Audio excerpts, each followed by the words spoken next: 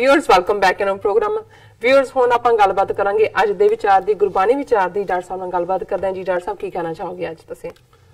देखो, बहुत वार जिहड़े तर्क जिसनूं असीं दलील अंग्रेजी च लॉजिक कहंदे हैं जां गल्लां बातां वाले जी, जदों उन्हां दे मनां च कोई रूहानियत दी गल तां दूर तर्क करन दा विचार आंदा है तो बहुत वार फिर इस किस्म के सवालों के नाल तर्क करते हैं कि दसो जी मरण तो बाद की हुंदा है, स्वर्ग नरक है ने कि नहीं ने। और ज़ाहरा तौर दे उत्ते वो क्योंकि मटीरियलिस्टिक दुनिया दा जिहड़ा उन्हां दी सारी उन्हां दी पहुंच हुंदी है इशूज़ दे उत्ते, वो साबित ये करना चाहुंदे हुंदे ने कि कुछ नहीं है, जो भी है शरीर दे नाल ही मुक जांदा है, ना कोई पहला सी ना पिछों सी। और ये सैल दी डिवीजन दा करिश्मा है और उत्थों ये शुरू होया उत्थे मुक जांदा है। ज़ाहिर है साडे कोल भी कोई अथॉरिटी नहीं कि मरण तो बाद की होना है, की हुंदा है, और स्वर्ग नरक दोज़ख और जन्नत इसकी होंद अदर दैन जिहड़े असी फेथ वाले लोग हैं, असी तां अपने गुरु साहबान जां इस्लाम नूं मनण वाले अपने नबी प्रॉफिट उन्हां दीयां गल्लां दे उत्ते उन्दियां भी फिर इंटरप्रिटेशन हर एक दीयां आपो अपणियां ने जिहड़े उन्हां दे स्कॉलर ने। पर मैं जदों इहनूं एक सधारण निगाह तो देखदा और अक्सर मेरा जवाब भी इस दे उत्ते ही मबनी हुंदा है कि हर चीज़ इस धरती दे उत्ते किसी ऑर्डर दे विच है, किसी कानून च है। जो असी बीजदे हैं ज़ाहिर है वही चीज़ फिर ग्रो हुंदी है। जिस चीज़ का बीज पाया हुंदा है उसका ही रुख उगदा है, उहदे नाल ही ओह जे फुल फल लगदे ने। ज़ाहिर है कि भी यही सिद्धांत है नेचर दा। हुण जिहनूं बाबा फरीद ने जदों ये फरमाया कि फरीदा लोड़ै दाख बिजौरियां किकर बीजे जट हंडे उन कताएं दा पैंदा लोड़ै पट। हुण ये समझाण लई है कि खेती है, खेती दे विच हुण किकर जिहड़ा है पंजाब दे सारे लैंडस्केप च जिहड़ा है किकर बहुत सी, वाइल्ड सी, कोई बीजदा नहीं सी किकर, लेकिन कंडियाले किकर दी दातन बड़ी मशहूर सी। हुण बाबा फरीद कहंदे ने कि भी जे तुसी किकर बीजिया है, कंडियाला किकर, ते फिर तुसी बिजौड़ ये जिहड़ा एजेंसी एरिया है जिथों दे चमन और दूसरा ये सारा खिता उहदे अंगूर दाखां जिहनूं कहंदे ने वो बहुत मिठियां हुंदियां। साडे भी जदों मेवा उदों आंदा सी अखीर च आ गए चमन दे, आ गए चमन दे करके नाल पानी छिड़के जांदे सी। हुण जे तुसी किकर बीजिया ते बिजौर दियां चमन दियां दाखां जां अंगूर तां तुसी एक्सपैक्ट नहीं कर सकदे। बिल्कुल। फिर बाबा फरीद जी ने एक ये वर्त के फिर उन्होंने कहा कि फरीदा लोड़ा दाख बिजौरियां किकर बीजे जट हंडे उन कताएं दा पैंदा लोड़ा पट। पट कहंदे ने सिल्क नूं, रेशम नूं।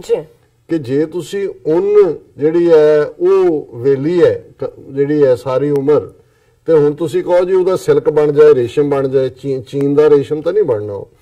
सो ज़ाहिर है कि जिहड़ा एक प्रिंसिपल रूहानियत दा नेचर दा जिहड़ा कॉमन है और ज़ाहिर है सारी कुदरत च है, जिहा बीजै सो लुणै कर्मा संदड़ा खेत। कि जे कुदरत दे नेचर दे विच जो तुसी बीजोगे वो वड्डोगे। अंग्रेजी वालियां ने भी बनाया as you sow so shall you reap, कि जो तुसी बीजोगे वो वड्डोगे। फिर ज़ाहिर है कि मनुखी जामे दे विच मनुखी मन दे नाल अपने हत्थां दे नाल जो असी सोचदे हैं, जो असी करदे हैं, वापस तो ही आएगा। वो इस जिंदगी च आंदा है, अगले च आंदा है, पिछले चों की आया, ये साडा महकमा नहीं है, ये रब दा महकमा है जिन्हों असी सारे बिलीव करते हैं कि वही है, अल्लाह ताला है, रब है, वाहिगुरू है। सो ज़ाहिर है कि यही प्रिंसिपल जिहड़ा अल्टीमेटली जिहड़ा कुदरत च लागू हुंदा है, यही रूहानियत दी दुनिया च भी हुंदा है। बहुत वार असी देखते हैं सामने अखां दे हो जांदा, लुट मार करन वालियां दा दूजी औलाद कई बारी अपनी जिंदगी अखीरले दिन जिस किस्म के आंदे ने वो बंदा आप ही कूक कूक के दूजिਆਂ ਨੂੰ दस रहा होंदा है कि भाई ये ना करे, आ मेरा हाल देख लो, मैं सारी जिंदगी कोई भला नहीं कीता, आ देखो हुण किवें मेरा की हशर हो गया। सो अज वारां ते श्लोक वारां ते वधीक जिहड़ी ਬਾਣੀ ਹੈ, ਸ਼ਲੋਕ ਨੇ, ਉਹਨਾਂ ਦੀ ਅਸੀਂ ਵਿਚਾਰ ਕਰਦੇ ਹਾਂ ਸ਼ੁੱਕਰਵਾਰ ਦੇ ਪ੍ਰੋਗਰਾਮ।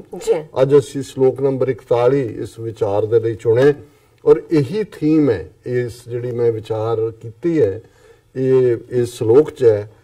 ਧੁਰ ਹਰ ਪ੍ਰਭ ਕਰਤੈ ਲਿਖਿਆ ਸੋ ਮੇਟਣਾ ਨਾ ਜਾਏ, ਜਿਉ ਪਿੰਡ ਸਭ ਤਿਸ ਦਾ ਪ੍ਰਤਪਾਲ ਕਰੇ ਹਰ ਰਾਏ।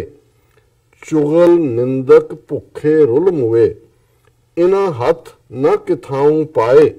ਬਾਹਰ ਪਖੰਡ ਸਭ ਕਰਮ ਕਰੇ, ਮਨ ਹਿਰਦੈ ਕਪਟ ਕਮਾਏ। ਖੇਤ ਸਰੀਰ ਜੋ ਬੀਜੀਐ, ਸੋ ਅੰਤ ਖਲੋਆ ਆਏ। ਨਾਨਕ ਕੀ ਪ੍ਰਭ ਬੇਨਤੀ, ਹਰ ਭਾਵੈ ਬਖਸ਼ ਮਿਲਾਏ। ਹੁਣ ਜੇ ਅਸੀਂ ਇਸ ਤੁਕ ਨੂੰ ਖੇਤ ਸਰੀਰ ਜੋ ਬੀਜੀਏ, ਕਿ ਜਿਵੇਂ ਧਰਤੀ ਤੇ ਜੋ ਬੀਜੋ ਉਹੀ ਵੱਢਿਆ ਜਾਂਦਾ ਹੈ, ਸਾਡਾ ਸਰੀਰ ਇੱਕ ਖੇਤ ਹੈ।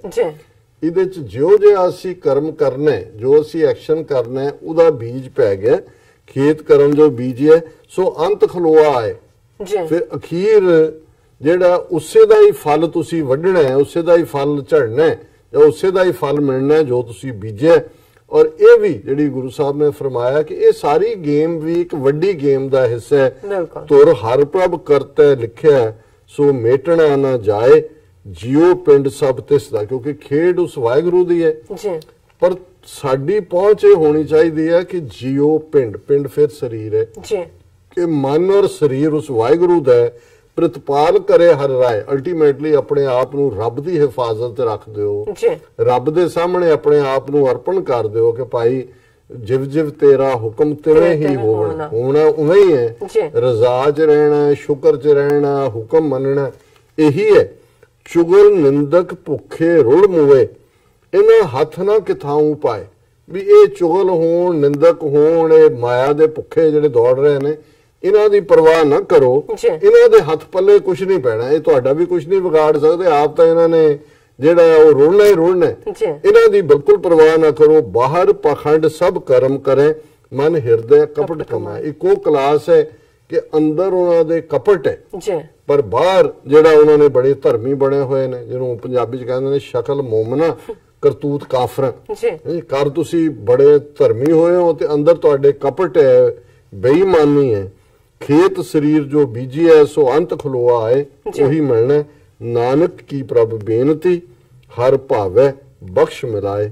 ਗੁਰੂ ਨਾਨਕ ਸਾਹਿਬ ਬੜੀ ਆਜ਼ਜ਼ੀ ਦੇ ਨਾਲ ਉਸ ਰੱਬ ਦੀ ਦਰਗਾਹ ਦੇ ਵਿੱਚ ਬੇਨਤੀ ਕਰਦੇ ਨੇ, ਅਰਜ਼ ਕਰਦੇ ਨੇ, ਦੁਆ ਕਰਦੇ ਨੇ, ਹਰ ਭਾਵੈ ਬਖਸ਼ ਮਿਲਾਏ।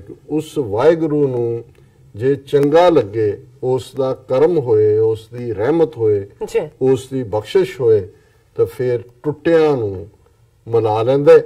ਜਿਹੜੇ ਦੁਨੀਆ ਨਾਲ ਦੇ ਵਿੱਚ ਫਸੇ ਹੋਏ ਨੇ ਉਹਨਾਂ ਨੂੰ ਕੱਢ ਕੇ, ਜਿਹਨੂੰ ਸਾਡੀ ਪੰਜਾਬੀ ਦੇ ਵਿੱਚ ਜਦੋਂ ਵਾਜਾ ਨਵਾਂ ਸਿੱਖਦੇ ਹੋ ਤੇ ਫਿਰ ਇਹੀ ਸੀ ਕਿ ਜਿਹੜਾ ਬਾਬਾ ਉਹ ਵਿਛੜਿਆ ਮੇਲੇ ਪ੍ਰਭੂ, ਇਹ ਬਾਣੀ ਅਸੀਂ ਪੜ੍ਹਦੇ ਹਾਂ। ਹਰ ਦਰਗਾਹ ਕਾ ਵਸੀਠ, ਹਰ ਨਾਮਾ ਮੰਤਰ ਦ੍ਰਿੜਾਏ ਦਾ, ਕੱਟੇ ਹੋਮੈ ਰੋਗ, ਨਾਨਕ ਸਤਿਗੁਰ ਤਿਨਾ ਮਿਲਾਇਆ, ਜਿਨ ਤੁਰੇ ਪਿਆ ਸੰਜੋਗ। ਧੰਨ ਧੰਨ ਬਾਬਾ ਨਾਨਕ ਜਿਹੜਾ ਵਿਛੜਿਆਂ ਨੂੰ ਮਿਲਦਾ। ਜੀ ਡਾਕਟਰ ਸਾਹਿਬ ਤੁਹਾਡਾ ਬਹੁਤ ਬਹੁਤ ਸ਼ੁਕਰੀਆ, ਤੁਸੀਂ ਅੱਜ ਦੇ ਐਮ ਇਸ਼ੂ ਤੇ ਅੱਜ ਦਾ ਵਿਚਾਰ ਸਾਡੇ ਦਰਸ਼ਕਾਂ ਨਾਲ ਸਾਂਝਾ ਕੀਤਾ। ਇਸ ਨਾਲ ਆਪਣੇ ਵਿਊਅਰਸ ਕੋਲ ਨੇ ਇਜਾਜ਼ਤ। ਵਿਊਅਰਸ ਤੁਹਾਡਾ ਬਹੁਤ ਬਹੁਤ ਸ਼ੁਕਰੀਆ, ਤੁਸੀਂ ਆਪਣੇ ਕੀਮਤੀ ਸਮੇਂ ਵਿੱਚ ਸਮਾਂ ਕੱਢ ਕੇ ਸਾਨੂੰ ਆਪਣੇ ਰਾਏ ਤੇ ਸੁਝਾਅ ਭੇਜੇ ਨੇ।